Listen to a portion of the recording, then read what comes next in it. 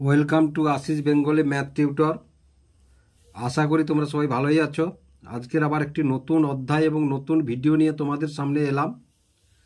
যদি ভিডিওগুলি স্কিপ না করে টানা দেখতে থাকো তাহলে অঙ্কগুলি অবশ্যই তোমরা বুঝতে পারবে। তাহলে আজকের আমরা কি কষবো দেখো। অধ্যায় 5-এ বীজগাণিতিক চলরাশির ধারণা কষে দেখি 5.1 আমরা গোটাটাই আজকের করব। কোষে দেখি 1.5-এর গোটাটাই আজকের 9 পর্যন্ত আছে, আমরা গোটাটাই আজকের করব।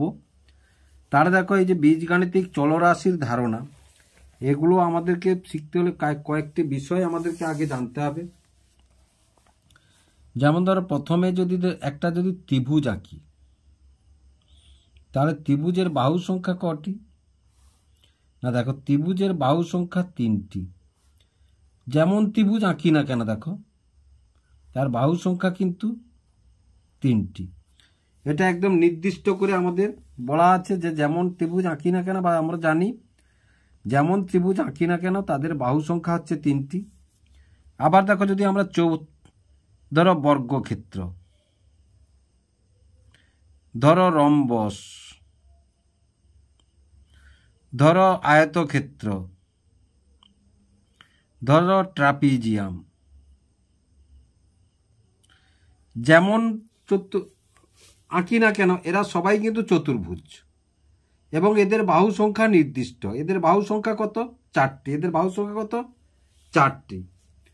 তাহলে দেখো এই চতুর্ভুজ ধরো বর্গক্ষেত্র, রম্বস, আয়তক্ষেত্র, ট্রাপিজিয়াম, যেমন আঁকি না কেন এদের প্রত্যেকের বাহু সংখ্যা কিন্তু নির্দিষ্ট। এরা প্রত্যেকেই চতুর্ভুজ এবং 4টি করে বাহু আছে।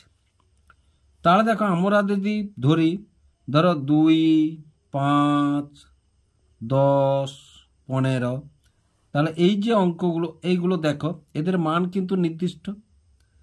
তাহলে 2-এর প্রকৃত মান কত আমরা যখন ধরি, তাহলে 2-এর মান 2, 5-এর মান কত 5, 10-এর মান কত 10 এবং 15-এর মান কত 15।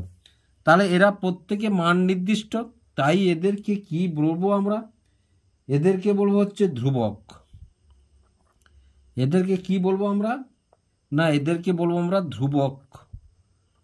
ধ্রুবক বলবো, বা ধ্রুবক রাশিও বলতে পারো এদেরকে। কিন্তু দেখো আমরা যদি বলি এক্স, ওয়াই, জেড, এ, এই যে অ্যালফাবেটগুলো, এই অ্যালফাবেটগুলো আমাদের কোনো নির্দিষ্ট মান নেই। এক্সের কোনো নির্দিষ্ট মান নেই, ওয়াইয়ের কোনো নির্দিষ্ট মান নেই, জেডের কোনো নির্দিষ্ট মান নেই, এরও কোনো নির্দিষ্ট মান নেই। তাই এদেরকে আমরা নির্দিষ্ট, যেহেতু এদের নির্দিষ্ট মান নেই, যখন যেভাবে মান বেরোয়, এক্সের মান কোথাও বেরোতে পারে 4, কোথাও বেরোতে পারে 6, কোথাও বেরোতে পারে 8, এরকম ওয়াইয়ের ক্ষেত্রেও তাই।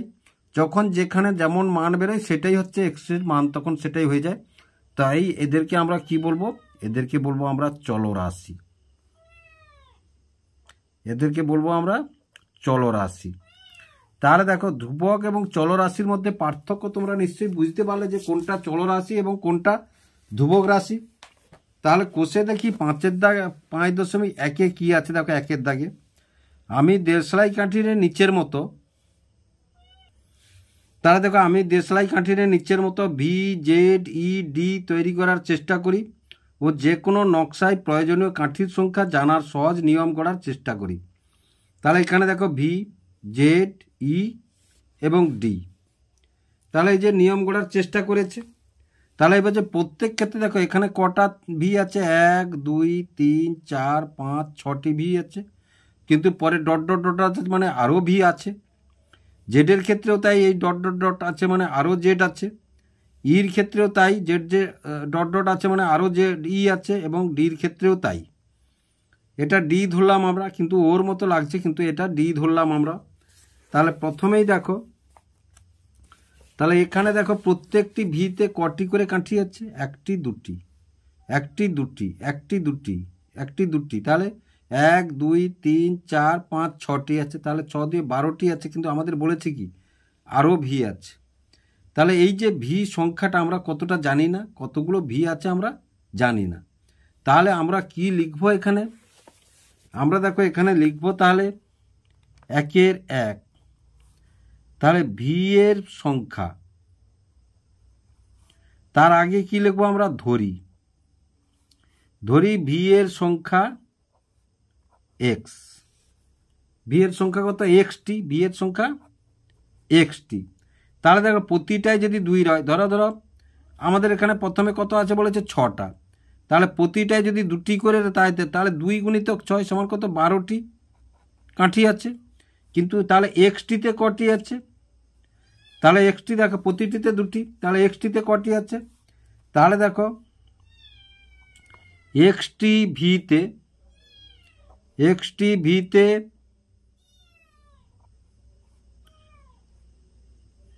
দেশলাই কাঠি আছে।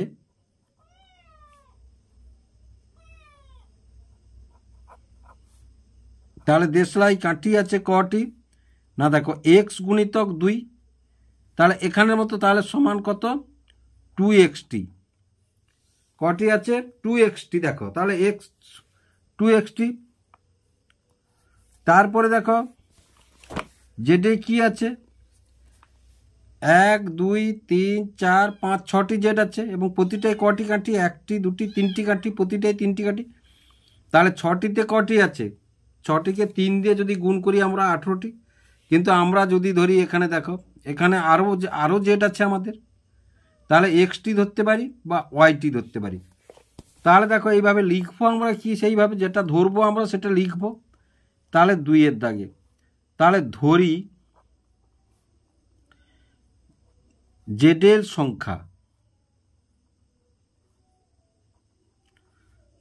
জেডের সংখ্যা ওয়াইটি। তাহলে দেখো অনুরূপভাবে তাহলে 2টি করে হলে 6টিতে কটি? 12টি। এখানেও 2টি করে হলে 6টি করতে কটি? 12টি। তাহলে ওয়াইতে কটি হবে? না ওয়াই গুণিতক 3টি। এখানে যেহেতু জেডে কটি করে আছে? 3টি করে আছে। জেডে কটি করে আছে? 3টি করে আছে। তাহলে দেখো ওয়াইটি জেডে কাঠির সংখ্যা, দেশলাই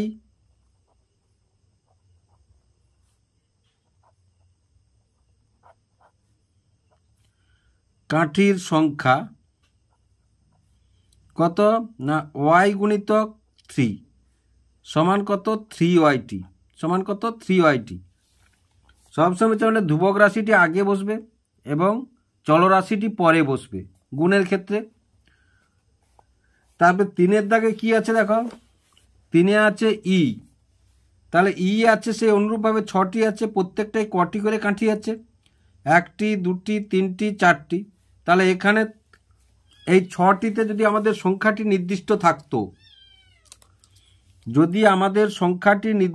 থাকতো, তাহলে 6টিতে কটি? না 6 গুণিতক 4 সমান 24টি কাঠি। কিন্তু আমাদের ইর সংখ্যার তো নির্দিষ্ট নেই। ইর সংখ্যা যেহেতু নির্দিষ্ট নেই, তাহলে আমরা ধরবো ইর সংখ্যা, ধরি ইর সংখ্যা জেড। তাহলে ধরি ই এর সংখ্যা জেডটি। তাহলে দেখো আমরা কি লিখবো এবারে? জেডটি ইতে কাঠি আছে, দেশলাই কাঠি আছে,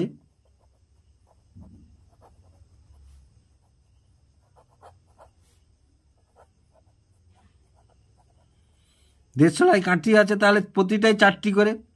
তাহলে জেড গুণিতক 4, তাহলে 4zT কি হলো? না 4zT হলো। এবার তারপরে দেখো ডিতে কটি করে আছে? ডিতে দেখো 1 2 3 সেই 4টি করে আছে। তাহলে ডিতে যদি 4টি করে তাহলে 6টা ডি, 6টা ডিতে 6 4 24টি কাঠি আছে। কিন্তু না, আমাদের যেহেতু ডট ডট আছে তাহলে আরও ডি আছে। তাহলে যেহেতু আরও ডি আছে, তাহলে দেখো 4-এর দাগে তাহলে ধরি ডি এর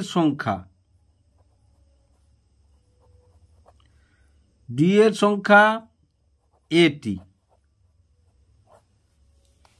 এবার দেখো তাহলে যেহেতু ডি এর সংখ্যা এটি,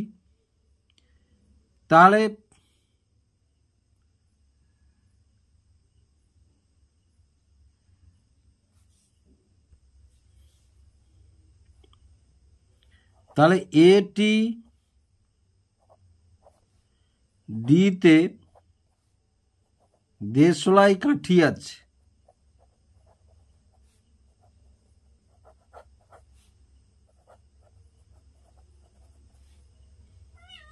তাহলে 4 গুণিতক এ সমান কত? 480। এবার দেখো আমরা চলরাশি তোমাদের বোঝানোর জন্য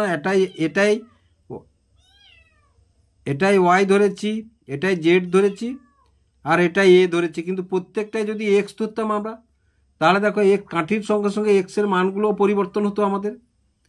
এই জন্য একে বলা হচ্ছে চলরাশি। নির্দিষ্ট কোনো মান নেই বলেই বলা হচ্ছে চলরাশি। এইবার দেখো 2-এর দাগে কি আছে? আমি আমার দাদার থেকে 4 বছরের ছোট, দাদার বয়স x বছর হলে আমার বয়স দাদার বয়সের মধ্য দিয়ে লেখার চেষ্টা করি। তাহলে দেখো আমি আমার দাদার থেকে কত? 4 বছরের ছোট। তাহলে দেখো এখানে যদি ধরতাম দাদার বয়স কত? এক্স না ধরে আমরা যদি 9 ধরতাম, তাহলে দাদার বয়স কত হতো? 9 বিযোগ আমার বয়স কত হতো? আমার বয়স তাহলে 9 বিযুক্ত 4 সমান কত? 5 বছর হতো। কেন না? দাদার যেহেতু 9, দাদার চেয়ে আমি 4 বছরের ছোট। অনুরূপভাবে এখানে ধরো, তাহলে দাদার বয়স x বছর, তাহলে আমার বয়স কত? আমার বয়স, তাহলে আমার বয়স দেখো, তাহলে দাদা x, তাহলে দাদার চাইতে 4 ছোট, এটা লক্ষ্য করো। তাহলে এটা হচ্ছে বছর। তাহলে আমার বয়স কত বছর হয়ে গেল? আমার বয়স 4 বছর হয়ে গেল। এবার 3-এর দাগের অঙ্কটা দেখো, রফিকা বেগম ও আজমা খাতুন মালা তৈরি করেছে। রফিকা বেগম যতগুলি মালা গাঁথলো, আজমা খাতুন তার থেকে 6টি মালা বেশি গাঁথলো। তাহলে আজমা খাতুন কতগুলি মালা গাঁথলো তার সংখ্যা জানার সহজ নিয়ম তৈরি করি।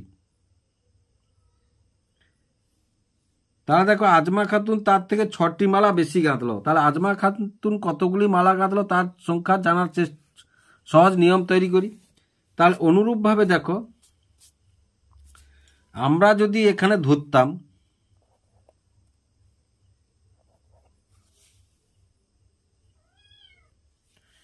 তাহলে এটা 3-এর দাগ।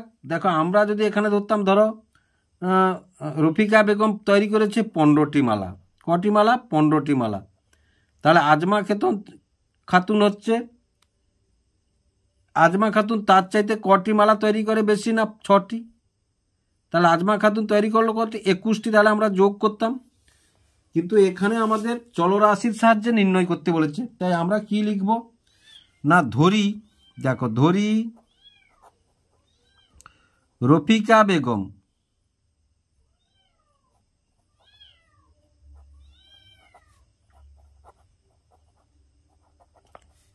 রফিকা বেগম 1টি মালা তৈরি করে।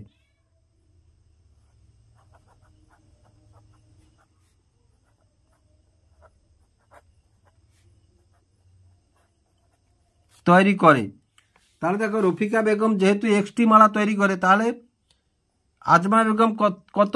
না তাহলে এক্সের সঙ্গে আমরা যেমন এখানে 15 ধরেছি, 15টির জায়গায় এবং 6 যোগ করেছিলাম, এখানে এক্সের জায়গায় এক্সের সঙ্গে 6 যোগ করব। তাহলে আজমা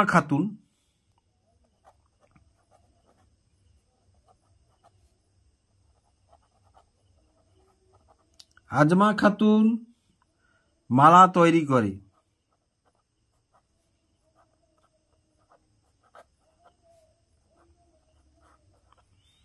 তাহলে এক্স প্লাস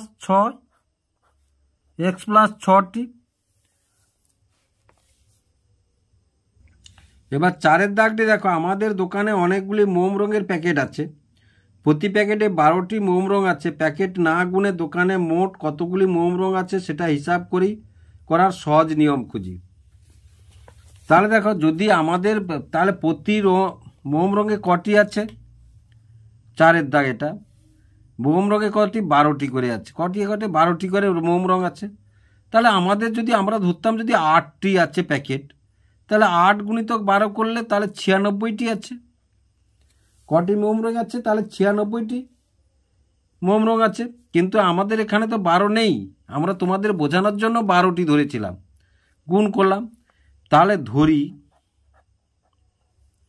ধরি মোম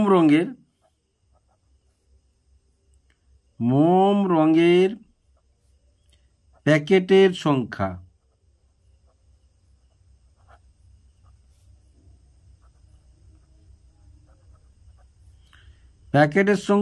এক্সটি। তাহলে প্যাকেটের সংখ্যা যদি এক্সটি হয়, তাহলে দেখো আমরা কি বলবো না, অতএব এক্সটি প্যাকেটে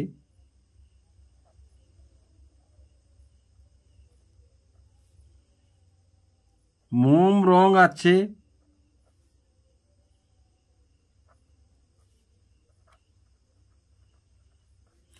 প্রতি প্যাকেটে কত 12টি করে।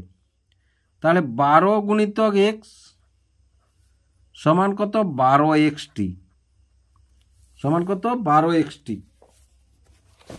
এবার 5-এর দাগটি দেখো, আজ আমাদের স্কুলের মাঠে স্কুলের অনুষ্ঠানে আমরা অনেকগুলি সারিতে বসেছি। প্রতি সারিতে যদি 15 জন বসি, তবে আজ আমরা মোট কতজন স্কুলের অনুষ্ঠানে বসেছি তা হিসাব করার সহজ নিয়ম তৈরি করি। তাহলে দেখো অনুরূপভাবে যদি আমরা যদি ধরি কজন করে বসেছে প্রতি সারিতে 15 জন করে বসেছে।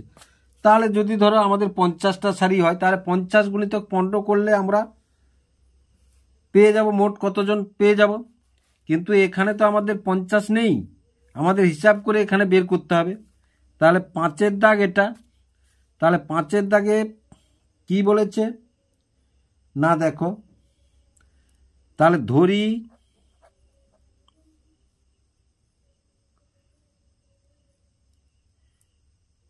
এক্সটি সারিতে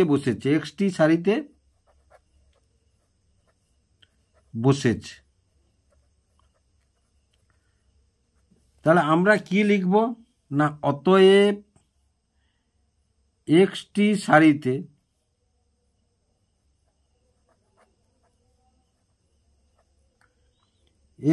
সারিতে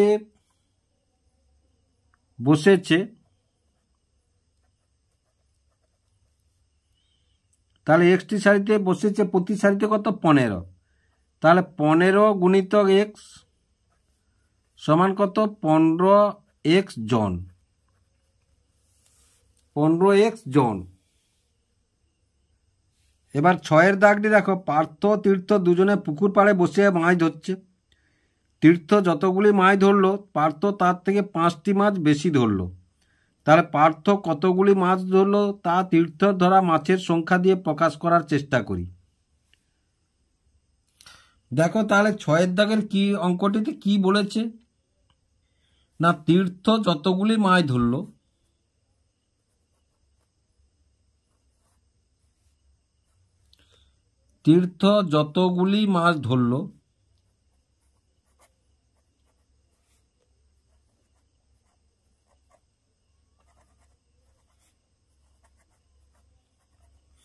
মাছ ধরলো পার্থ তার চেয়ে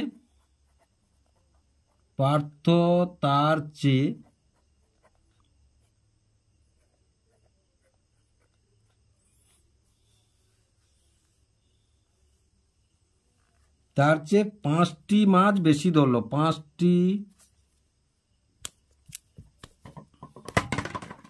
5টি মাছ বেশি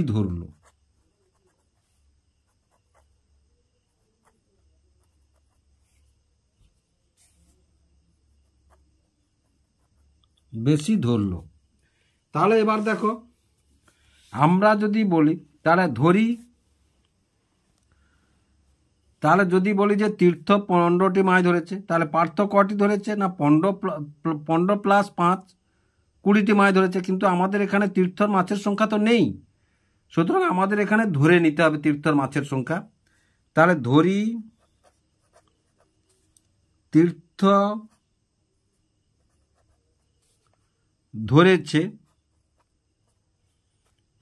ধরেছে এক্সটি মাছ।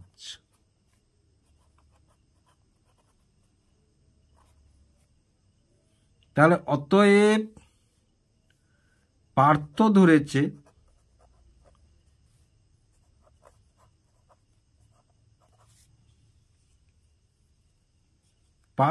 ধরেছে তাহলে x+5টি মাছ।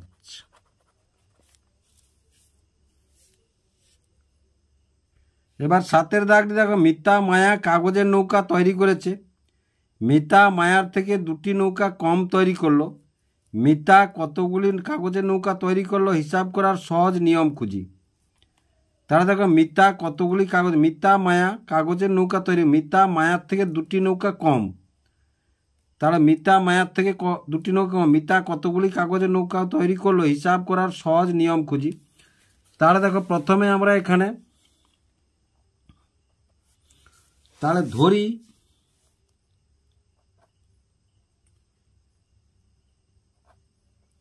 ধরি মায়া নৌকা তৈরি করেছে, তৈরি করে এক্সটি। তাহলে দেখো মিতা মায়ার থেকে কটি কম না 2টি তৈরি কম, তাহলে অতএব মিতা তৈরি করে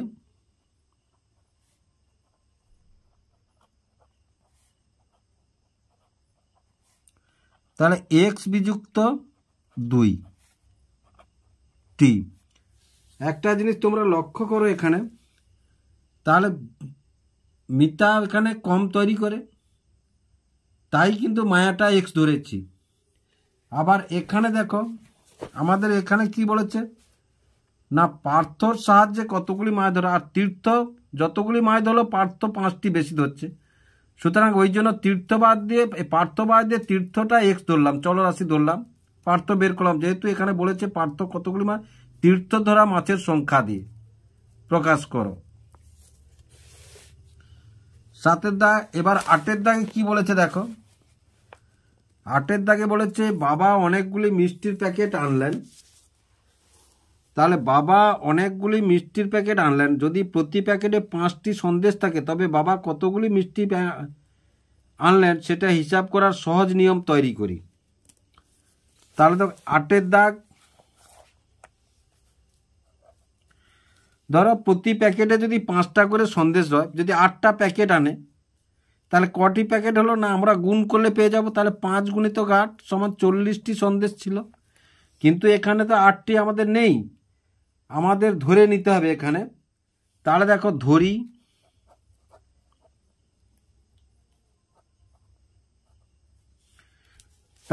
ধরি বাবা এক্সটি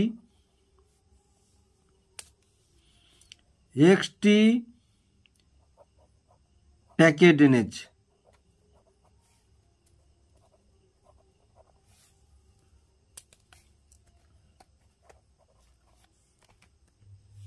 তাহলে দেখো অতএব এক্সটি প্যাকেটে সন্দেশ আছে।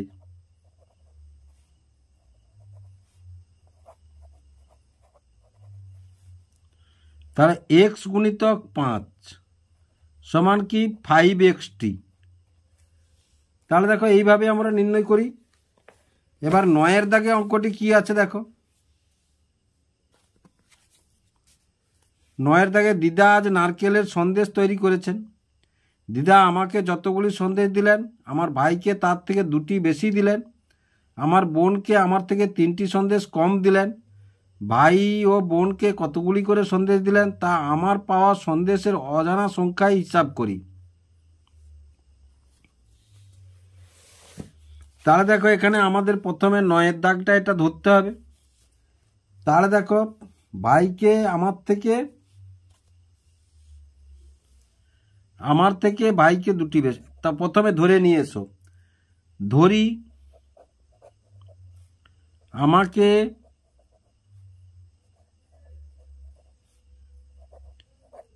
এক্সটি একটি সন্দেশ দিয়েছেন।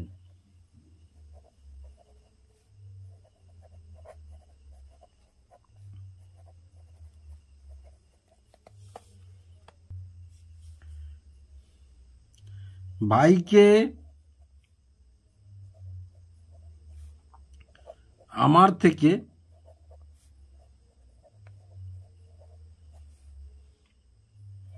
দুটি বেশি, অতএব ভাইয়ের সন্দেশ সংখ্যা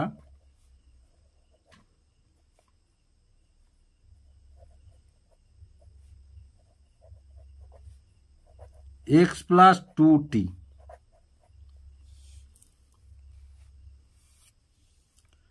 বোনকে 3টি কম,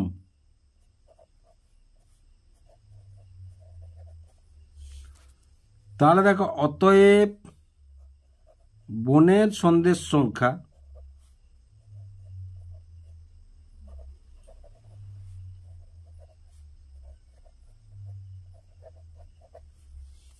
তাহলে কত, আমার চেয়ে 3টি কম, সুতরাং x-3t। তাহলে দেখো কিভাবে সমীকরণগুলো গঠন করলাম আমরা, নিশ্চয়ই তোমরা বুঝতে পারলে। অঙ্কগুলি যদি ভালো লেগে থাকে এবং বুঝতে পেরে থাকো, ভিডিওগুলিকে লাইক এবং শেয়ার করবে ও চ্যানেলটিকে অবশ্যই সাবস্ক্রাইব করবে।